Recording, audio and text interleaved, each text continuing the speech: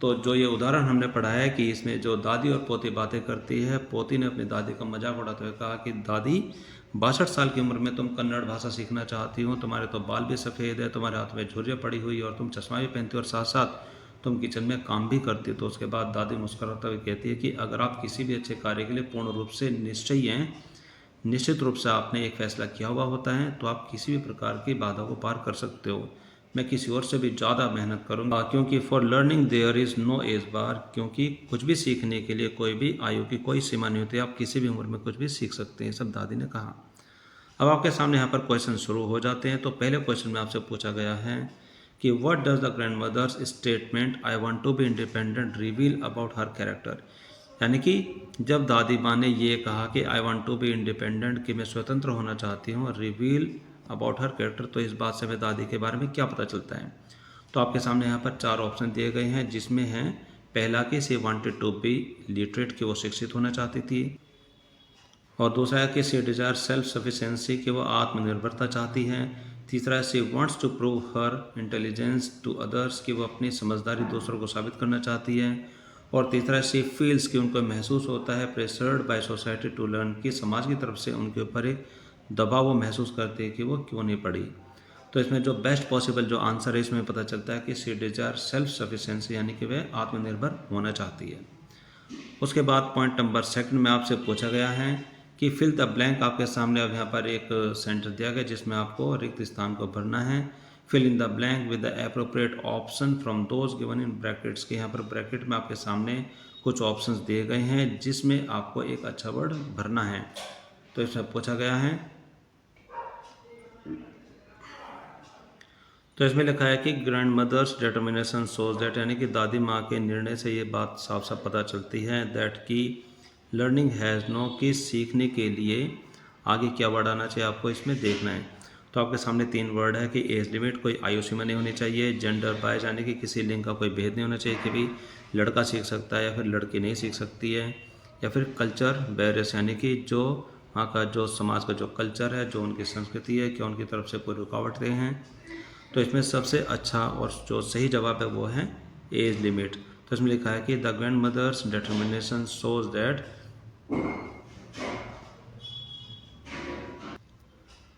तो इसका आंसर में आप यहाँ पर लिखेंगे कि the grand mother's determination shows that learning has no age limit, कि कुछ भी सीखने के लिए कोई भी आयु सीमा नहीं होती। आ गया पॉइंट नंबर 3 जिसमें है कि complete the following with the suitable reason, यानी कि आपके सामने कुछ बात लिखी हुई है जो कि आपको एक उपयुक्त कारण देते हुए उसको पूरा करना है। तो इसमें लिखा हुआ है कि the narrator laughs at her grand mother's decision, यानी कि जब दादी माँ निर्णय लेती है कि हाँ मैं कन्नड़ भाषा सीखना चाहती हूँ, वो भी कल से सीखना चाहती हूँ, तो ये बात सुनकर के नरेटर अपनी दादी पर हंसती है। To learn the alphabet at the age of 62, कि इस 62 साल की उम्र में दादी पढ़ना चाहती है, तो इस बात को देख करके नरेटर उन पर हंस देती है। तो इसके कारण में आप लिखेंगे कि वह क्यों हंसी थी। शी थॉट, क्योंकि उसने सोचा, it was unrealistic and foolish for an old woman of 62 year with grey hair, कि जो भी दादी कह रही है कि यह सच नहीं बल्कि एक बहुत बड़ी मूर्खता है एक ऐसी बूढ़ी वृद्ध महिला के लिए जिसकी उम्र 62 साल है और जिसके सारे के सारे बाल सफ़ेद हैं, रिंकल हैंड और हाथों पर झुर्रियाँ पड़ रही है, एंड वीक आईसाइट, और जिनकी आंखें कमज़ोर हैं। To start learning the alphabet, कि ऐसी उम्र में अल्फ़ाबेट सीखने की शुरुआत करना एक मूर्खता है और ये सच्चाई नहीं है। ये देख करके जो नरेटर है उसको हंसी आ गई। इसके बाद है पॉइंट 4 जिसमें आपसे पूछा है कि list any 2 qualities displayed by the grand mother, यानी कि दादी माँ की कोई भी 2 खास बातें, यानी कि जो उनकी क्वालिटीज़ हैं वो आपको बतानी है। तो इसका आंसर में आप लिखते हैं, यहाँ पर दादी माँ की 2 क्वालिटीज़ हमारे सामने आती है। पहला है determination and strong will power, यानी कि जो दृढ़ निश्चय या फिर उनका स्ट्रॉन्ग यानी कि मजबूत आत्मविश्वास। दूसरा है सेल्फ अवेयरनेस, कि वो अपने बारे में जागरूक है, एंड डिज़ायर फॉर इंडिपेंडेंस, और वो शिक्षा के मामले में स्वतंत्र होना चाहते हैं, यानी कि किसी पर आश्रित नहीं रहना चाहती। अब यहाँ पर पॉइंट नंबर 5 में आपसे पूछा कि हाउ कैन वी से, कि हम ऐसा कैसे कह सकते हैं that the narrator is making assumption about her grand mother, कि जो नरेटर यानी कि जो छोटी बच्ची है वो अपनी दादी को देख करके अपने मन में क्या धारणा बना रही है, हम ऐसा कैसे कह सकते हैं। तो इसके आंसर में हम लिखते हैं कि the narrator is making her assumption about her grand mother, कि जो नैरेटर है वो अपनी दादी को देख करके अपने मन में उनके प्रति ये धारणा बना रही है, जैसे बिकॉज क्योंकि she judged her only by her age, क्योंकि उसने अपनी दादी को सिर्फ उनकी उम्र के हिसाब से जांचा, यानी कि फैसला ले लिया, उनको जज किया। एंड फिजिकल अपीयरेंस, और वो कैसी दिखती है यह देख करके भी वो अपने मन में धारणा बना बैठी। लाइक जैसे कि एज से ऑफ 62, यानी कि 62 साल की उम्र है, ग्रे हेयर है, सफ़ेद बाल हैं, रिंकल हैंड्स, और झुर्रियाँ पड़े जो हाथ हैं, स्पेक्टेकल्स और जो चश्मा पहनती है। एंड अज्यूम दैट, और वो इस बात को देख करके ये सोच बैठे, यानी कि अपनी धारणा बना डाली, age is a big obstacle to start learning, की जो उनकी उम्र है वही सबसे बड़ा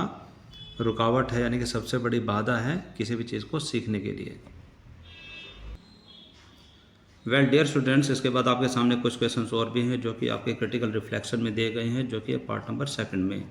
आंसर द फॉलोइंग क्वेश्चंस, के निम्नलिखित क्वेश्चंस के आप आंसर दीजिए। इसमें आपके सामने पहला क्वेश्चन जिसमें आपसे पूछा है कि व्हाई डू यू थिंक, आप ऐसा क्यों सोचते हैं, यानी कि आपको ऐसा क्यों लगता है। The grand mother felt embarrassed, की दादी माँ को बहुत ज़्यादा घबराहट महसूस हुई, यानी कि वो बहुत ज़्यादा घबराती थी, शर्मिंदा होती थी। To ask someone else to read to her, की वह किसी को कहे कि वो उसके लिए कुछ पढ़ करके सुनाए। वाइल, जब द नरेटर वॉज अवे, जब नरेटर उससे दूर थी, यानी कि जो उनकी पोती थी जब वो दूर थी, तो उस समय दादी माँ को किसी और से ये कहने में बहुत ज़्यादा घबराहट क्यों महसूस होती थी कि वो उसके लिए कुछ पढ़ करके सुनाए। तो इसका आंसर में आप लिखते हैं कि the grand mother felt embarrassed because, कि दादी माँ को इस तरीके की घबराहट इसलिए होती थी बिकॉज, क्योंकि she came of A well of family, कि वो एक संपन्न परिवार से, यानी कि बहुत अच्छे परिवार से आती थी। एंड येट, और फिर भी, she could not perform the simple act of simple reading, फिर भी वो एक साधारण सी बात को पढ़ नहीं सकती थी ऑन हर ओन, खुद से, यानी कि उनको स्वयं से कुछ भी पढ़ना नहीं आता था। इन ए स्मॉल विलेज कम्युनिटी, एक छोटे से गांव में जो समुदाय रहते हैं, यानी कि यहाँ के जो लोग सब मिलकर के जो रहते हैं, वेयर, जहाँ पर एवरीवन नोज ईच अदर, जहाँ पर सभी एक दूसरे को जानते हैं। एडमिटिंग दिस इनएबिलिटी, कि इस कमी को स्वीकार कर लेना, ऑफर्स, यानी कि अपनी इस कमी को स्वीकार कर लेना, in front of the neighbours, अपने अड़ोसी पड़ोसी के सामने, would have revealed her life long illiteracy publicly, कि उनकी जो जीवन भर की जो अनपढ़ता है, यानी कि जो पढ़ने में असक्षमता है, यानी कि उनकी जो कमी है पढ़ने में, वो सबके सामने आ जाती। विच, जो कि she found too difficult to bear, जो कि दादी माँ के लिए सहन करना बहुत ही ज़्यादा मुश्किल था, असहनीय था। She preferred to wait painfully, कि उसने दर्द भरा इंतज़ार करना चुना। फॉर द नरेटर, अपने नरेटर के लिए, यानी कि अपनी पोती के लिए। रेदर, बजाय इसके, रिवील हर वीकनेस, की उनकी कमजोरी की अगर लोगों के सामने आ जाती, उसकी बजाय उन्होंने इंतज़ार करना चुना। To anyone else in the village, की अगर लोगों को किसी भी तरीके से उनकी कमी का, यानी कि कमजोरी का पता चलता, तो इसके बजाय दादी माँ ने नरेटर का इंतज़ार करना ही चुना। इसके बाद आपके सामने क्वेश्चन नंबर 2 जिसमें आपसे पूछा है कि why does the narrator initially laughed at grand mother's determination to learn at the age of 62, यानी जब दादी माँ ने कुछ सीखने की इच्छा जताई थी, तो शुरू में जो नरेटर, यानी जो छोटी बच्ची है, वह शुरू में दादी माँ पर क्यों हंसती है। Determination to learn at the age of 62, यानी कि 62 साल की उम्र में जो सीखने का जो दृढ़ निश्चय है, उसको देख करके शुरू में नरेटर अपनी दादी माँ पर क्यों हंसती है। तो इसका आंसर में आप लिखते हैं कि द नरेटर, यानी कि इस कहानी के जो नरेटर है, बीइंग ओनली 12 ईयर्स ओल्ड, एक 12 साल की छोटी बच्ची होते हुए, रिएक्टेड, यानी कि उन्हें प्रतिक्रिया की, विद द इनोसेंस, एक अपनी मासूमियत के साथ, एंड थॉटलेसनेस, और बिना विचारे का जो उसका सडन जो थॉट था, सडन जो विचार थे, उसके साथ, टिपिकली ऑफ ए चाइल्ड, यानी कि एक बच्चे के रूप में। She looked at her grand mother's physical appearance, की उसने अपनी दादी माँ को देखा कि वो दिखने में कैसी है। विद ग्रे हेयर, सफ़ेद बालों के साथ, रिंकल्ड हैंड्स, यानी कि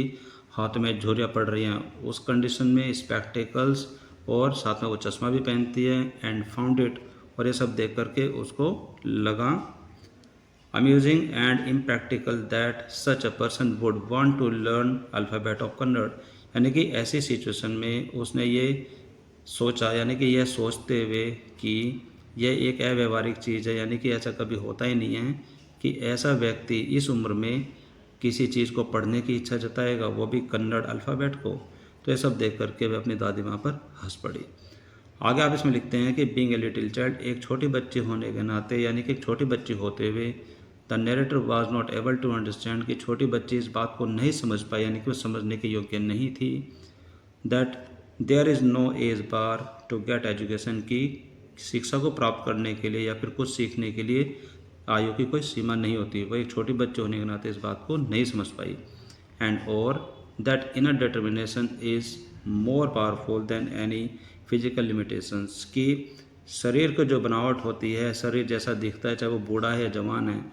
उस चीज़ से ज़्यादा पावरफुल उसके अंदर का जो आत्मविश्वास है, जो कठिन जो उसका डिसीजन है, डिटर्मिनेशन है, वो सबसे बड़ी बात होती है। हर लाफ्टर वॉज चाइल्डिश, लेकिन उस बच्चे की जो हंसी थी वह एक बच्चों वाली हंसी थी, बट नॉट अनकाइंड, लेकिन उसकी हंसी कोई निर्दयी हंसी नहीं थी। इसके बाद आपके सामने क्वेश्चन नंबर 3 जिसमें आपसे पूछा है कि what significance does the story of Kashi यात्रा है, यानी कि इस पूरे चैप्टर में एक कहानी के बारे में हमने पढ़ा है जो कि है काशी यात्रा। तो काशी यात्रा का कितना ज़्यादा महत्व है in the both the grand mother's life and the story, यानी जो पूरा चैप्टर है इसमें और जो दादी है उनकी ज़िंदगी में उस काशी यात्रा का कितना महत्व है। तो इसका आंसर में आप लिखेंगे कि काशी यात्रा हैज़ ग्रेट सिग्निफिकेंस, की काशी यात्रा का बहुत ज़्यादा महत्व है एट मल्टीपल लेवल, अलग अलग पहलू में, in both the grand mother's life and the story, यानी कि इस पूरी कहानी में और दादी माँ की लाइफ में, यानी कि उनकी ज़िंदगी में काशी यात्रा का एक अलग अलग पहलू पर जाकर के बहुत ज़्यादा महत्व है। It is a story of a woman, की यह एक ऐसी महिला की कहानी है who sacrifice her biggest dream of her life to go to Kashi, यानी कि यह एक ऐसी महिला की कहानी है जो कि अपने जीवन की सबसे बड़ी जो इच्छा है, सबसे बड़ा जो सपना है जो कि काशी जाने का था, वह उसको त्याग देती है in order to help an orphan girl's wedding, एक अनाथ बच्चे की शादी के लिए वह अपना सपना, काशी जाने वाला जो सपना है उसको त्याग देती है, उसको छोड़ देती है। With her all saving of her life, और साथ साथ वो उसकी शादी के लिए अपने जीवन का जो पूरे ज़िंदगी में जो उसने काशी यात्रा के लिए जो पैसा बचाया तो सारा का सारा पैसा उसके शादी के लिए खर्च कर देती है।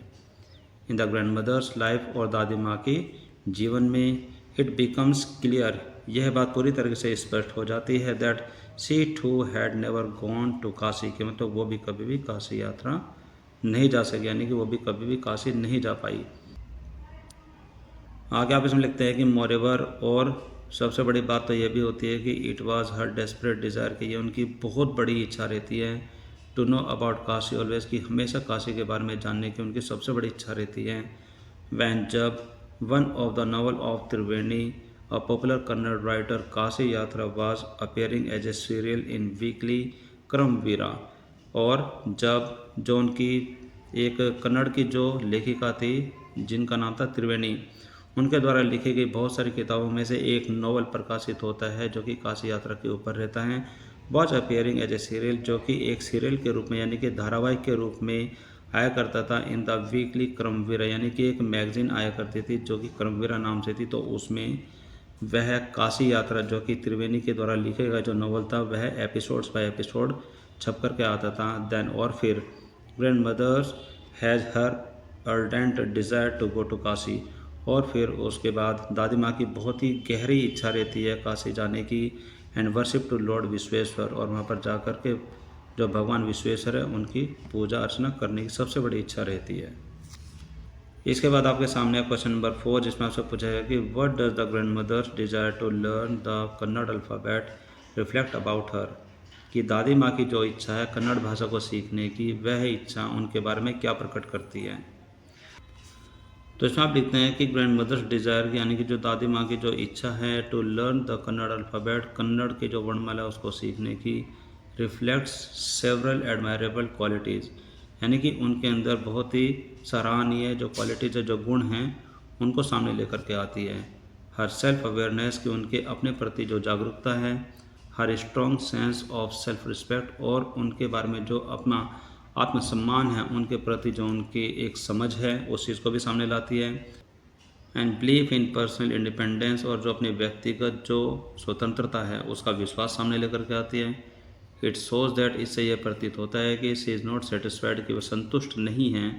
विद हर सेल्फ, यानी कि वो अपने आप से संतुष्ट नहीं है। नॉट गोइंग टू स्कूल, कि वो स्कूल नहीं जा सकी, इस बात से वो अपने से संतुष्ट नहीं है। Ever but wants to be educated, लेकिन वो शिक्षित होना चाहती है even at the age of 62, यहाँ तक कि 62 साल की उम्र में भी।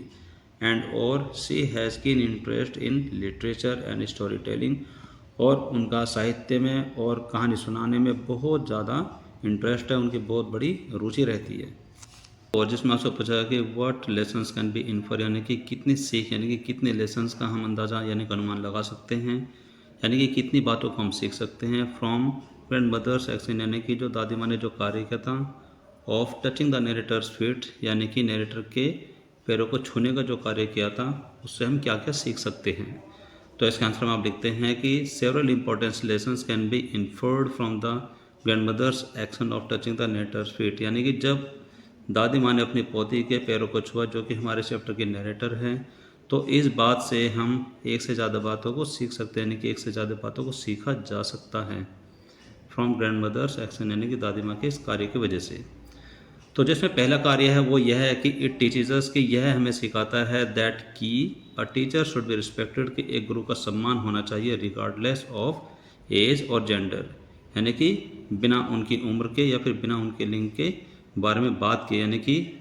अगर वो किसी भी एज के हैं तब भी उनका सम्मान बनता है, चाहे वो किसी भी लिंग के हैं, चाहे वो पुरुष है या फिर वो महिला है, दोनों का सम्मान बराबर बनता है। आगे इसमें बताया गया कि knowledge and the act of teaching, यानी कि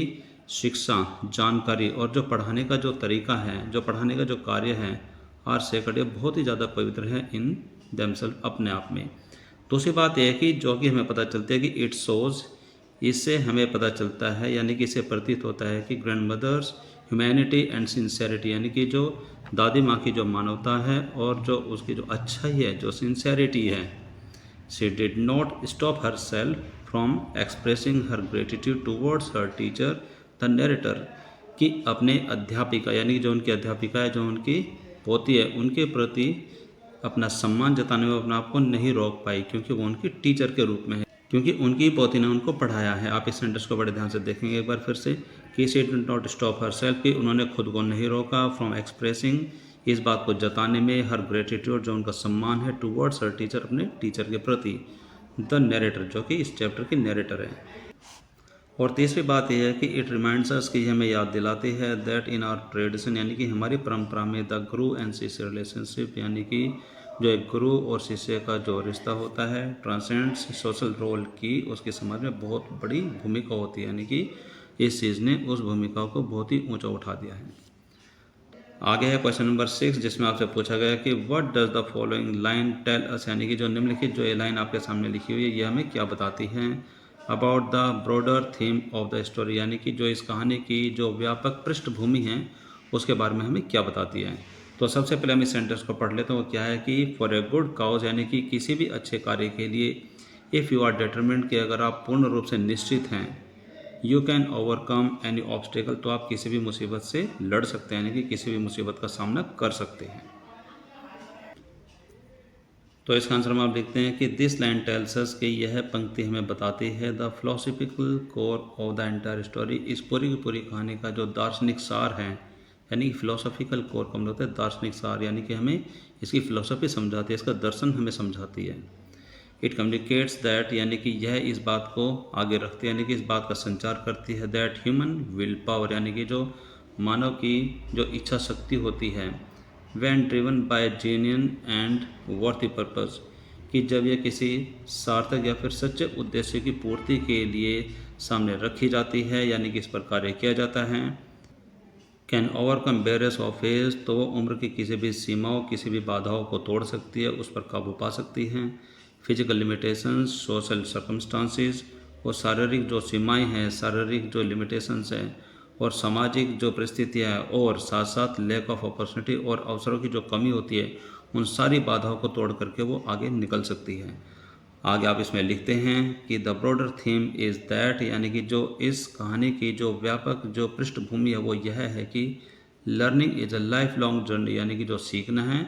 वो जीवन पर्यंत एक लंबी यात्रा है, जो कि ज़िंदगी भर हमारे साथ चलती है। एंड और द ह्यूमन डिज़ायर, और जो मानव की जो इच्छा होती है, यानी कि जो मानवीय इच्छा होती है, फॉर ग्रोथ, उन्नति के लिए, विकास के लिए, एंड इंडिपेंडेंस, और स्वतंत्रता के लिए, यानी कि आज़ादी के लिए,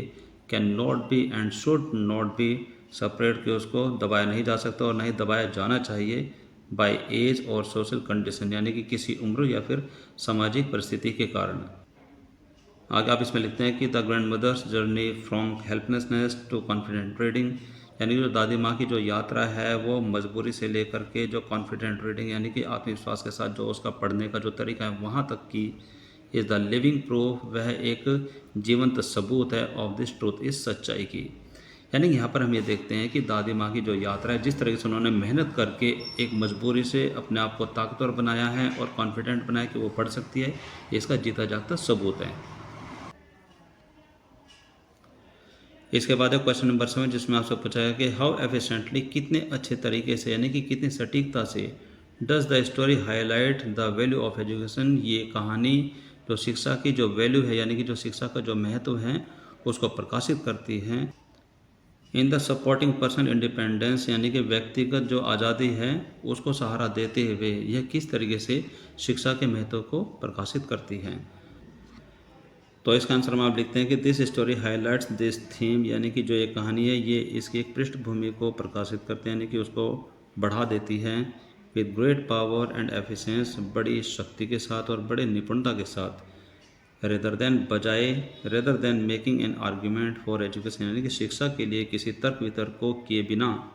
इट रिप्रेजेंट्स, ये प्रस्तुत करती है अ deeply personal and emotional narrative, कि ये व्यक्तिगत और बहुत ही भावुक कहानी को प्रकट करती है। द ग्रैंड मदर्स टीयर, यानी कि जो दादी माँ के जो आंसू है। हर कन्फेशन, जो उनका जो कन्फेशन है कि हाँ वो मानती है। ऑफ हेल्पलेसनेस, जो अपनी मजबूरी को जो वो मानती है।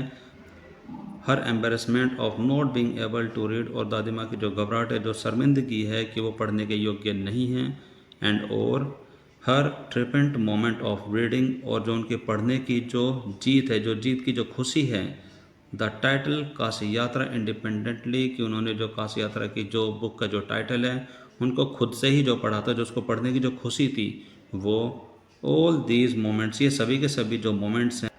Make the value of education real वर्सेसली, कि वो शिक्षा की जो वैल्यू है उसको असंगत तरीके से प्रकट करती है। सो डियर स्टूडेंट्स, इसके बाद आपके सामने कुछ क्वेश्चंस और भी हैं जो कि आपके वोकेबुलरी एंड स्ट्रक्चर से जुड़ी हुई है, यानी कि जो आपके शब्दार्थ हैं और जो उनकी स्पेलिंग्स हैं उनसे जुड़ी हुई है। तो इसमें जो पहला पॉइंट है उसमें लिखा है कि the expressions hide and seek, यानी कि जो इस पूरे चैप्टर में एक शब्द का प्रयोग किया गया हाइड एंड सीक, यानी कि आँख मिचौनी, is used in the text, इस चैप्टर में यानी कि इस पार्ट में प्रयोग किया गया है।